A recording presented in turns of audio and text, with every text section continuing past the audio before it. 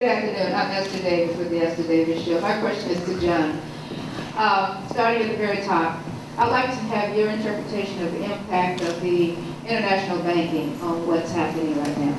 And let me add, we feel confident that the United States will bail themselves out with the great nation that we are, but what impact is banking having on the international market and Dallas? Well, first of all, I'm not an economist. All I can give you is my own personal opinion.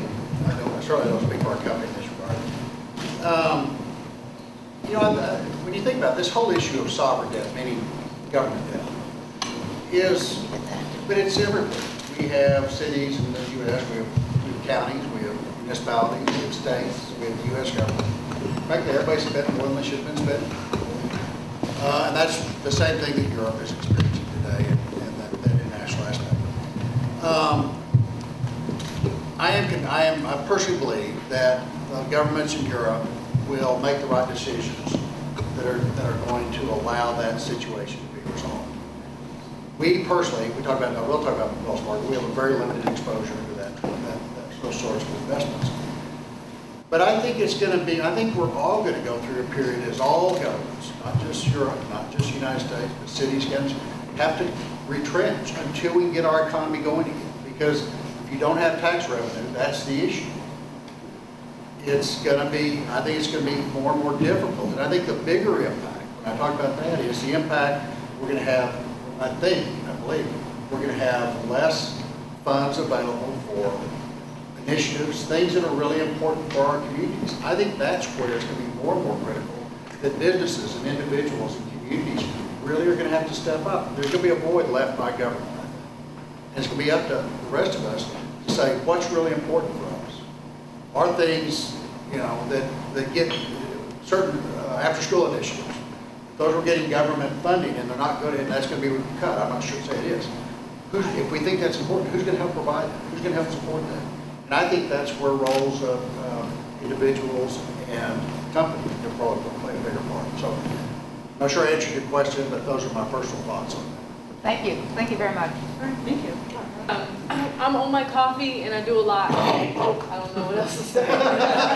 But and my question is basically, I can't say for everyone, but I wish all of you could just take a moment and answer. For Black or African American media, just here in Dallas alone, what advice do we leave here, we go and spread the word out there like we're supposed to. What do we do next? What's our next step, like right after this meeting? What do I do? Because we can get all this information and write these stories and do all this great stuff, but how do we really truly sit down and build a Wells Fargo partnership? Of course, I really want Mark to answer, but I really want to hear what you guys have to say about our next step, right after we leave here. I'm ready to go. All right. Okay. All right. I'll allow us to sit down with you and really get your story, and let's see if we will match that relationship up. As we match that relationship up with you, then we're able to talk about how we can further build a relationship, whether it's a small business, whether you're looking to do your small business, or more so, if one of your readers decide to come to you and say, I'm looking for a bank to help build my business, send them to us and allow us the opportunity to see if we can support that business as well as they grow their business.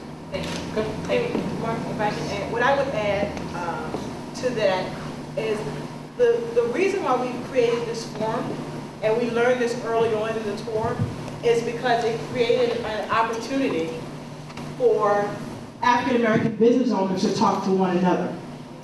So what I encourage you is not just about building a relationship with us, but talking to each other. We know that everyone is looking for dollars, whether that's dollars for advertising, whether that's dollars for dinners, community sponsorships. And we also know that there are but so many dollars. So what I've encouraged from city to city, particularly around African American business owners, because sometimes we're a little bit challenged with doing this, is to figure out ways that we can work together. It doesn't matter who ends up with different pieces of the pie, but if we can work together and come uniform and say, on this project, I'm now coming to Wells Fargo, as opposed to 10 smaller entities coming, looking for dollars for the same thing, we can better help you serve the community. So that would be my challenge to you. Hi, my name is Ruth Ferguson with the North Dallas Gazette, and following up with Ms. Williams' question to some extent, as you know, Occupy Wall Street has come to Dallas. What message, if you had an opportunity to talk to those who are participating in that, how would you address their concerns? And I'm glad you brought that up, because I was actually going to bring something up in addition. I think we both have a responsibility in this issue. I think you as media have a responsibility to really understand the facts. I think we have a huge responsibility that we have failed at miserably in presenting what we think are the facts, and for you to then look at it and say, do you believe it or not? But, and I'll give you an example. The one that's gotten all the media press recently is this debit card issue. All of a sudden, an announcement, will be in charge. And I'm going to see if I can draw a comparison for you to maybe understand, or hopefully understand why we're in the issue we're in. When I started in banking, banks had one office. We didn't have branch banking in Texas. We had very few ATMs. And I will tell you, there was a limited opportunity for certain segments of our community. The great unbanked was a larger segment then than it is today, because every bank had service charges. Everybody had a monthly service charge. Well, we now have 200 branches in Dallas-Fort Worth. We have 300 plus ATMs. We have online banking. We have phone banks. We have a tremendous number of team members out there to work with our team members. And what has really helped us, a big segment of that has been the debit card interchange income. And I would like it, Jim, for you and your paper, just to give an example. Most newspapers and most media have two ways to earn revenue: ad space and circulation. Somebody either pays for the paper or they get ad space. You deliver your paper through kiosks, if I understand, so you don't necessarily have a subscriber base. So ad space is electronically too. Yeah, is the vast majority of your revenue stream. Well, imagine if Congress came to you and said, we don't think what you're charging your advertisers is fair. We're going to tell you you can only charge X for your ad space.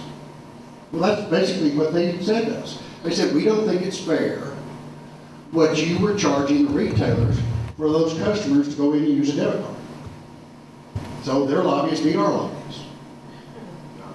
And so what has happened is, imagine in your scenario. So what do? You then go to charge your customers a subscription fee? That's the issue we're in. And I think it takes a lot of communication for us to, one, to understand the issues we're facing. And second, then how do we as a community, whether it's a bank and our customers, what are the decisions we've got to make in order to continue to provide the quality of service we need? That's where we're at. Wells Fargo, we've not made our corporate decision what we're going to do on that.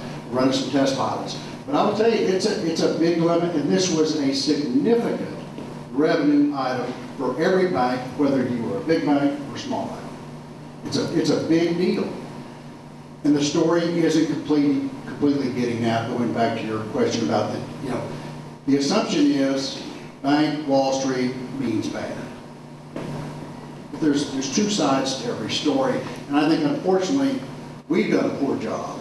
And I think everybody's done a poor job of communicating and understanding some of the issues that